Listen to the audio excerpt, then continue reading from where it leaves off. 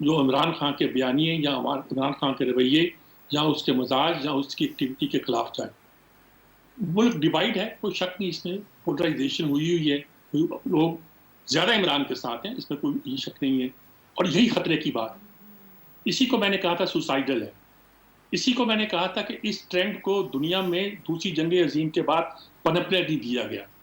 کہیں تو جمہوریتوں نے اس ٹرینڈ کو روکا ہے، جہاں جمہوریت روک نہیں پاتی وہاں لیڈر کی جان خطرے میں ہوتی. اور اس بات کو میں بار بار دہراتا رہا ہوں، آج سے نہیں، جب ابھی نو کانفیڈنس پاس نہیں ہوئی تھی اس وقت میں نے کہنا شروع کر دیا تھا کہ یہ خطرے کی نشانی. عمران یقینی طور پر، اب راج چوہدری صاحب نے ہماری سیکورٹی کے معاملات کا بھی تذکرہ کیا ہے، اس کی خبریں بھی آ رہی ہیں، اس کے معاملات بھی آ رہے ہیں، معاشی معاملات کا بھی ذکر آ رہا ہے. میں کچھ نہیں کہتا، عمران کے پاس کوئی آپشن نہیں ہے کہ وہ اس کو کنٹینیو کرے، ٹھیک بات ہے، پولیٹیکل طور پر یہ کرنا چاہیے، لیکن اب اسے سوچنا چاہیے کہ کارساز کے واقعے کے بعد بے نظیر نہیں سمجھی تھی تو کیا ہوا تھا. اور اس ہونے کے بعد ایک آگ لگ گئی. لوگوں کو تو یاد نہیں ہے، کراچی میں غیر سندھیوں کے دکانیں، کارخانے اور ہر چیز پہ کام بند ہو گیا تھا. ایسے لگتا تھا کہ لوگ پتہ نہیں کہاں سے نکل آئے ہیں اور جپٹ پڑے ہیں کہ یہ پنجابی ہے، یہ فلاں ہے، یہ فلاں. یہ لگتا تھا، اگرچہ میں اس وقت لاہور میں تھا لیکن مجھے کراچی ہوئے تھے تو وہاں رابطہ، تو یہ صورتحال پیدا ہو گئی تھی. زرداری کے ایک فکر نے پاکستان کھپے، لگتا تھا مزاج بدل دیا ملک. الیکشن میں اگرچہ اس کے نتائج کچھ اور نکلے، لیکن خدا کے لیے عمران کو اگر آپ نے یہ ساری صورتحال جاری رکھنی ہے تو احتیاط کو بڑھائے، ورنہ یہ سوسائڈ ہے. ٹھیک ہے جی، احتیاط بڑھانا بہت ضروری ہے خان صاحب کے لیے. سجاد میر صاحب کا جواب بھی آ گیا. عاصمت صاحبہ آپ کیا کہیں گی، خان صاحب کا یہ فیصلہ درست ہے اس واقعے کے بعد خاص طور پر؟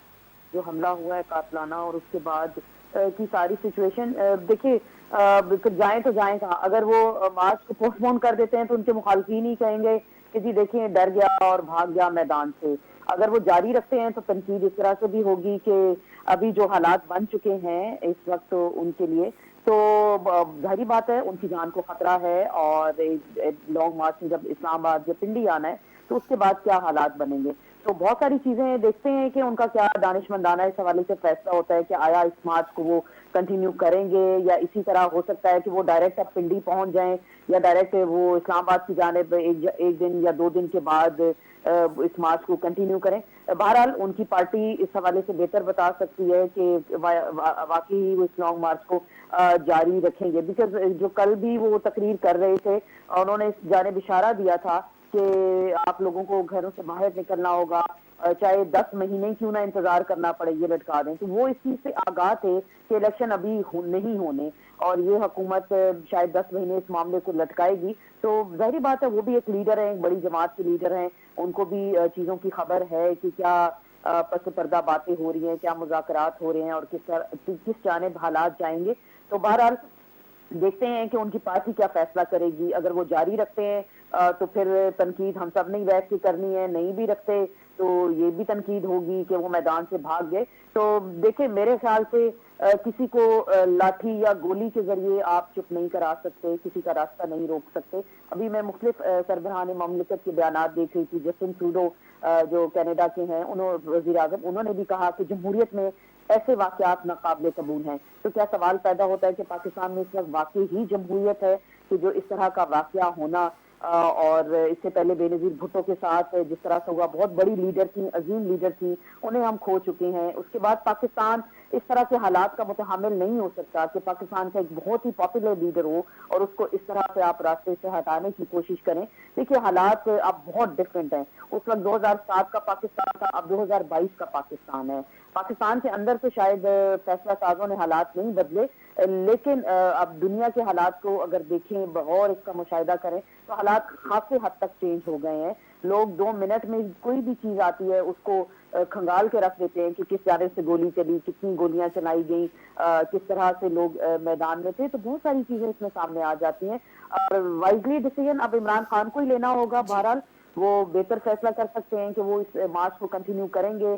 آیا آپ اس کو کنٹینیو کرتے ہیں تو ان کا کیا نیریٹو ہوگا, صحیح. جب اسلام آباد کی جانب آئیں گے تو کیا ماحول بنے گا, کیونکہ ابھی تو دیکھیے عوام سڑکوں پہ نکل آئی ہے, حالات خرابی کی جانب جا رہے ہیں, حالات ایسے نہیں ہونے چاہیے. ہم تو پہلے ہی کہہ رہے تھے بات کریں, ٹیبل پہ بیٹھیں, سخت سے سخت آپ دشمن سے مذاکرات کر لیتے ہیں بھائی, تو یہ تو پھر آپ کے لیڈر ہیں, آپ کے پرائم منسٹر رہ چکے ہیں, ان سے بیٹھیں, ان کے ساتھ بات کریں, مذاکرات کریں, دوسری جانب والوں کو بھی منوائیں کہ دونوں فریقین بیٹھیں, ایک دوسرے سے بات کریں, جی. کسی نتیجے پہ پہنچیں.